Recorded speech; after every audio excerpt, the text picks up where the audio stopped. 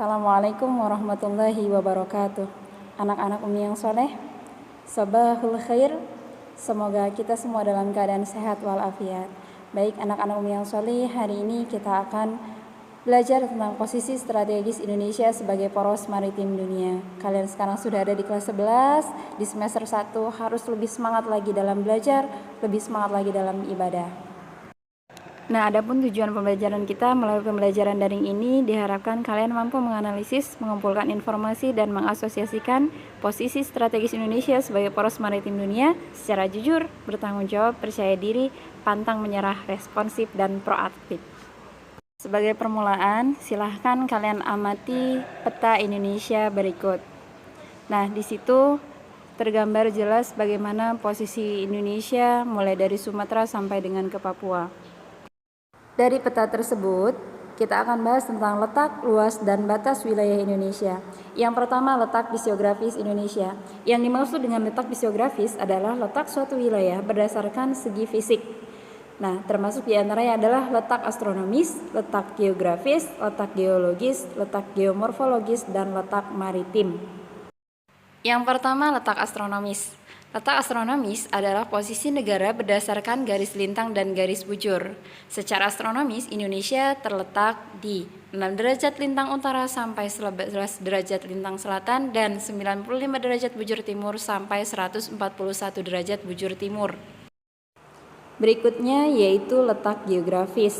Nah, letak geografis adalah letak suatu wilayah dilihat dari kenyataan di permukaan bumi, di mana kalau kita lihat dari petanya, Indonesia itu terletak di antara dua benua besar, yaitu benua Asia dan benua Australia. Kemudian Indonesia juga diapit oleh dua samudra, yaitu Samudra Pasifik dan Samudra Hindia. Yaitu letak geologis. Yang dimaksud dengan letak geologis adalah letak berdasarkan struktur dan komposisi batuan yang membentuk permukaan bumi.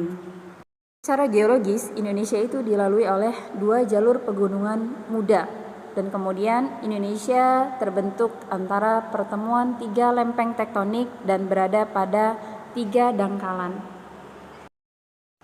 Silahkan diamati pada peta tersebut, Indonesia diapit oleh dua jalur pegunungan muda, yaitu Sirkum Mediterania dan kemudian Sirkum Pasifik. Nah, di dalam sirkum ini terbentuk berbagai gunung api yang sangat banyak, yang aktif dan non-aktif. Selain itu, Indonesia juga terbentuk di antara pertemuan tiga lempeng tektonik. Di bagian utara ada lempeng Eurasia, di bagian selatan ada Indo-Australia, dan kemudian ada lempeng Pasifik. Dan Indonesia sendiri terdiri dari tiga dangkalan, yaitu dangkalan Sundaland, kemudian Wallace, dan juga Sahunland. Selanjutnya yaitu letak geomorfologis, di mana letak geomorfologis merupakan letak berdasarkan tinggi rendahnya suatu daratan terhadap permukaan air laut. Nah, dalam hal ini, letak suatu wilayah berdasarkan morfologisnya mempengaruhi perbedaan suhu dan kemudian menentukan kandungan mineral serta menentukan kepadatan penduduk.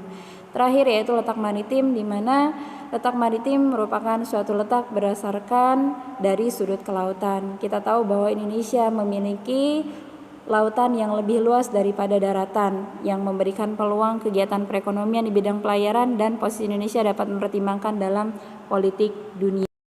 Dari pembelajaran tersebut dapat kita simpulkan bahwa Indonesia merupakan salah satu negara yang memiliki luas lautan yang lebih banyak ketimbang daratannya. Untuk itu Indonesia dikatakan sebagai negara maritim.